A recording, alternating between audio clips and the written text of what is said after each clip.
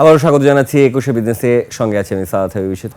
দর্শক, গোটা দুনিয়ায় যখন তেলের দরপতনের পর কিছুটা পুঁজিবাজারগুলোতে আমরা উচ্চ ধরনের সূচক দেখছি, আজকে কিন্তু ঢাকার পুঁজিবাজারে আমরা অন্য ধরনের অবস্থা দেখি। শুধু ঢাকা না, ঢাকার বাইরে চট্টগ্রামের শেয়ার বাজারও আজকে প্রায় 20 পয়েন্ট হারিয়েছে। আমরা একটু আজকে ঢাকার স্টক এক্সচেঞ্জের অবস্থাটা একটু চট করে দেখে নিতে চাই এবং কি অবস্থা সূচকের। এবং আমরা কিন্তু দেখেছি যে সূচকের এক ধরনের অবনমন হয়েছে, আজকে প্রায় 18 পয়েন্ট হারিয়েছে ঢাকা সূচকও। এর বাইরে যদি লেনদেনের কথা বলি, তাহলে লেনদেনও কিন্তু আমরা কম দেখতে পেয়েছি অন্য দিনের তুলনায়। এবং আজকে শেয়ার বাজারটা নিশ্চয়ই ভালো অবস্থানে নেই। 5248.37 পয়েন্ট অবস্থান করেছে। বলেছিলাম যে 18 পয়েন্টের মতো ডিএসই এক্স তার সূচক হারিয়েছে, এই 20 পয়েন্ট হারিয়েছে কিন্তু চট্টগ্রামের স্টক এক্সচেঞ্জ। একটু দাম বাড়া কমার অবস্থান দেখব। যে সকল প্রতিষ্ঠানের শেয়ার হাত বদল হয়েছে তার মধ্যে দাম বেড়েছে 112টি প্রতিষ্ঠানের, দাম কমেছে 213টি প্রতিষ্ঠানের, এবং অপরিবর্তিত রয়েছে 66টি প্রতিষ্ঠানের শেয়ার বাজারের দাম। এবং টার্নওভারের কথা যদি বলি, 767 কোটি 68 লাখ টাকার শেয়ার হাত বদল হয়েছে আজকে ঢাকার শেয়ার বাজারগুলোতে। এবার পুঁজিবাজারের নিয়ে আমরা বিস্তারিত জানতে কথা বলবো ডিএসির সাবেক senior vice president Ahmed Rashid লালির সঙ্গে। তিনি আমাদের সাথে ভার্চুয়ালি যুক্ত হয়েছেন, তার সাথে একটু যুক্ত হতে চাই। এবং তার কাছ থেকে প্রথমেই যেই প্রশ্নটি থাকবে সেই প্রশ্ন হচ্ছে যে আমরা যখন পুরো দুনিয়ায় আজকে একটু দেখলাম শেয়ার বাজারের অবস্থান ভালো, আমাদেরটা একটু নেতিবাচক দেখলাম, এটার কি কোনো স্পেসিফিক কারণ দেখতে পাচ্ছেন কিনা? একটু আবার রিপিট করবেন? আমি আজকে বলছিলাম যে তেলের দাম পতনের সাথে সাথে মার্কিন যুক্তরাষ্ট্রের শেয়ার বাজারের কথা বলেন, থাইয়ের কথা বলেন, পাশের দেশ ভারতের কথা বলেন, সবার একটু সূচকটা একটু ভালোই দেখছিলাম, কিন্তু আমাদের দিনটা শুরু হলো ভালো, তারপরে শেষমেশ আবারও সূচকের অবনমনই দেখতে হলো। সেটা নিয়ে যদি কিছু বলতেন। না, ওইটার সাথে আমাদের কোনো লিঙ্ক নাই, বাট আমাদের যে প্রবলেমস গুলো আমাদের ইন্টারনাল ডোমেস্টিক যেটা, সেটা হলো যে এখন চেয়ারম্যান চেঞ্জ হবার কথা কি কথা না, এ নিয়ে অনেক গুঞ্জন, এইসব বিষয় নিয়ে কিন্তু একটা বিনিয়োগকারীদের মধ্যে একটা দ্বিধাদ্বন্দ্ব কাজ করছে। সো আমার কাছে যেটা মনে হচ্ছে যে একটা চেঞ্জ আশা করছে বিনিয়োগকারীরা, যে কারণে ওই দেখবেন সকালের দিকে একটু বেটার হয়, আবার বাজার ক্লোজ হবার আগে দিয়ে আবার বাজারটা একটু ডিপ্রেসড হয়ে যায়। সো এইটা এইভাবে চলছে কয়েকদিন ধরে। আমার কাছে মনে হয় যে এটা হয়তো খুব শিগগিরই একটা চেয়ারম্যান, বিসিকে চেয়ারম্যানের বিষয়ে একটা আমরা দেখতে পাবো, হয়তো সপ্তাহ 10 দিনের ভিতরে একটা সিদ্ধান্ত দেখতে পাবো। জি, আমি যদি ভুল না করি সপ্তাহখানেকের বেশি সময় পার হয়ে গেছে যে বিএসইসি চেয়ারম্যান কি হবেন তার যে বয়সসীমা, আপার যে বয়সসীমা 67, সেটা উঠিয়ে দেওয়া হয়েছে। তার মানে সরকার এক ধরনের চিন্তা করেছে এবং তার ক্যান্ডিডেট রয়েছে যাদের বয়স সম্ভবত 67 বয়সের আশেপাশেই রয়েছে, আমরা ধারণা করছি হাইপোথেটিক্যালি, এবং দুজনের নামও গণমাধ্যমে এসেছে। আমি নাম বললাম না যেহেতু সমর্থিত সূত্র না, কিন্তু আমি বলছি যে এইটা এত সময় লাগবে কেন? যদি আপনি আইনি পরিবর্তন করেন কাউকে চেয়ারম্যান করার জন্য এবং সেটি যদি বাজারের জন্য ভালো হয়ে থাকেন, তাহলে সেই ব্যাপারে সরকার এগ্রেসিভলি এই ডিসিশন নিচ্ছে না কেন? কারণ প্রতিদিনই তো পয়েন্ট হারাচ্ছে, বিনিয়োগকারীদের শেয়ারের দাম পতন হচ্ছে। জি, অবশ্যই এই জিনিসটা আমি অনেকদিন ধরে বলছি যে যদি চেঞ্জ করতে হয় চেঞ্জ করে ফেলেন। তার কারণটা হচ্ছে যে আমরা যেটা জানি সেটা হলো 2-3 জনের নাম অলরেডি ক্লিয়ারেন্স এসছে এবং ফাইল মুভমেন্টে আছে, এমন তথ্য আমরা শুনতে পাচ্ছি, কিন্তু এখনো কোনো কনফার্মেশন পাচ্ছি না। যেহেতু অর্থমন্ত্রী বোধহয় আগামীকাল ফিরবেন দেশে, তারপরে হয়তো যদি উনি সিদ্ধান্ত নেন। এর মধ্যে তো আমরা বাজারে শুনছি যে 2-3 জনের নাম প্রস্তাবনা ফাইল অলরেডি মুভমেন্ট হচ্ছে।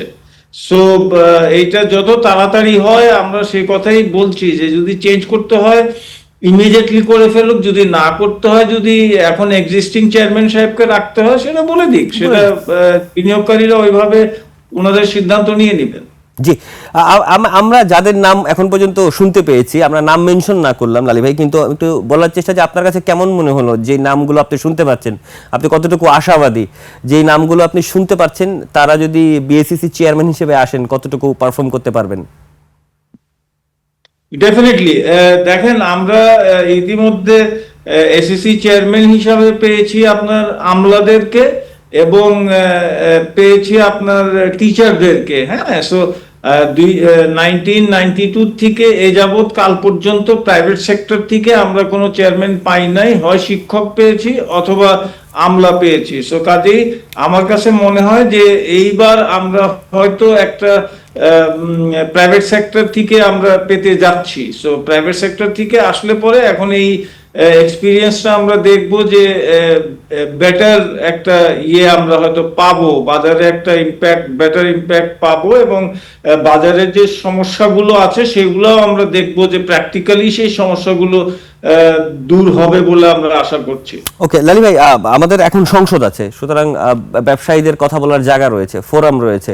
আমি মানছি যে একজন মানুষ আসলেন, তার দায়িত্ব পরিবর্তনে একটা ইতিবাচক যে প্রভাব আসবে, আপনি যেটির কথা বলছেন সেটি আমরা মেনে নিলাম। কিন্তু আমার কথা হচ্ছে যে রেগুলেটরের হিসেবে যা যা করণীয় তা তো আলাদা করে তিনি নতুন করে কোনো কিছু কি করতে পারবেন? মানে ওনার কাছে তো কোনো ম্যাজিক সায়েন্স থাকবে না, ওনার কাছে কোনো জাদুর কাঠি থাকবে না, উনি আসবেন অ্যাব্রাকাডাব্রা বলবেন আর জিনিসটা হয়ে যাবে, ব্যাপারটা তো এরকমও না। কিন্তু এই যে বলা হচ্ছে যে চেয়ারম্যানের পদ নিয়েই আসলে এক ধরনের মার্কেট কি বলবো হতাশ হয়ে রয়েছে, এই কারণে ডিপ্রেশন হচ্ছে। ফাঁকে ফাঁকে কি কেউ কারসাজি করে টাকা সরিয়ে নিচ্ছে না এর মাঝখান দিয়ে? দেখেন, আপনার কথাগুলো ভাঙা ভাঙা আসছে, বাট আমি যতটুকু বুঝতে পেরেছি সেটা হলো যে দেখেন, প্রাইভেট সেক্টরের একজন চেয়ারম্যান যদি আসেন, উনি কিন্তু বুঝবেন বাজারের সমস্যাগুলো বুঝবেন, এবং বাজারে কি প্রয়োজন সেটা উনি করবেন আশা করি। কারণ দেখেন, আপনি একটা জিনিস যদি লক্ষ্য করেন যে আমাদের প্রায় 2-2.5 বছর ধরে সাপ্লাই লাইন একেবারেই বন্ধ, যেটা শেয়ার কোনো নতুন শেয়ার আইপিও আসছে না বাজারে, সেটা একটা খারাপ দিক আছে।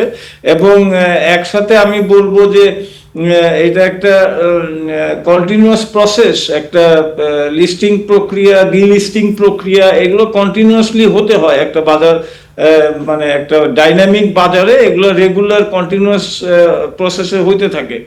সো বিষয়টা হচ্ছে যে যদি আপনার একটা আইপিও 2.5 বছর ধরে যদি না আসে, তাহলে বিনিয়োগকারীরা, স্মল ইনভেস্টর যারা আছে, ছোট ছোট সেভিংস নিয়ে, উনারা কিভাবে যুক্ত হবেন বাজারে? একটা নতুন বিনিয়োগকারী তো আইপিওর মাঝে, মানে আইপিও থেকেই উনারা যুক্ত হন, উনারা তো সেকেন্ডারি মার্কেটে এক্সপিরিয়েন্স নাই বলে উনারা আইপিও তে যুক্ত হন। সো কাজেই আপনার 2-2.5 বছর ধরে যদি আইপিওই না আসে, সাপ্লাই লাইনটাই যদি বন্ধ থাকে, তাহলে আপনার বাজার চলবে কিভাবে? নতুন বিনিয়োগকারীরা যুক্ত হবে কিভাবে? এবং এখানে আপনার ওই পুরান শেয়ার, 2-4টা শেয়ার নিয়ে টানাটানি, লাফালাফি, ফালাফালি, এগুলাই। বাট আমাদেরকে তো কন্টিনিউয়াসলি নতুন শেয়ার আনতে হবে বাজারে, আইপিও আসতে হবে। জি লালি ভাই, একটু যেতে চাই ইসলামী ব্যাংকের প্রসঙ্গে। ব্যাংকিং খাতের বিষয়টা আসছে কারণ আপনাদের সাথে খুব ওতপ্রোতভাবে জড়িত ব্যাংকিং খাতটা, এবং ইসলামী ব্যাংকে এক ধরনের ভীতি তৈরি হয়েছে ইসলামী ব্যাংকে ঘিরে। অনেকেই দেখছি টাকা আমানত, টাকা উঠিয়ে নিচ্ছেন। তো এই যে ব্যাংকগুলোতে আবারও অস্থিরতা এক ধরনের আশঙ্কা করছে, এইটা কি কতটুকু ইম্প্যাক্ট ফেলতে পারে পুঁজিবাজারে?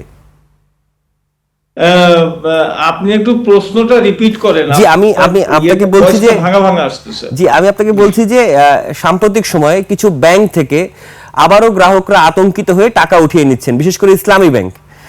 এবং এই যে ব্যাংক থেকে আবারও আতঙ্কিত হওয়া, ব্যাংকের উপরে আবারও অনাস্থা, এইটা পুঁজিবাজারকে কতটুকু ক্ষতিগ্রস্ত করবে বলে মনে করছেন?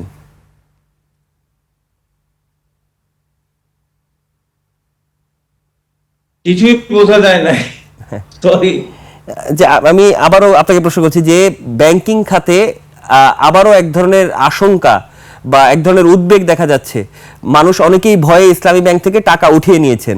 আমি জানতে চাচ্ছিলাম যে এই যে ব্যাংকের থেকে আবারও অনাস্থা তৈরি হচ্ছে, সেই অনাস্থাটা আসলে আপনাদের পুঁজিবাজারে কতটুকু এফেক্ট করতে পারে? এটা কি আমাদের এখানে সমস্যা? আমাদের মনে হয় সংযুক্তি, কিচ্ছু বুঝি নাই। আমি শুধু, আপনি কি শুনতে পাচ্ছেন? আপনি এখন কি শুনতে পাচ্ছেন? আমাদেরটা ঠিক আছে সম্ভবত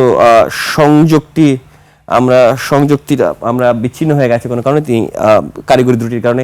ধন্যবাদ জানিয়ে রাখলাম লালি ভাইকে। এবং দর্শক, এতক্ষণ পুঁজিবাজারের পরিস্থিতি নিয়ে আমরা কথা বলছিলাম ঢাকা স্টক এক্সচেঞ্জ ডিএসসির সাবেক senior vice president Ahmed Rashid লালির সঙ্গে। দর্শক, সময় হলো ছোট্ট একটা বিরতি নিয়ে, আর ফিরছি একটু পরে, নিশ্চয়ই সঙ্গে থাকবেন।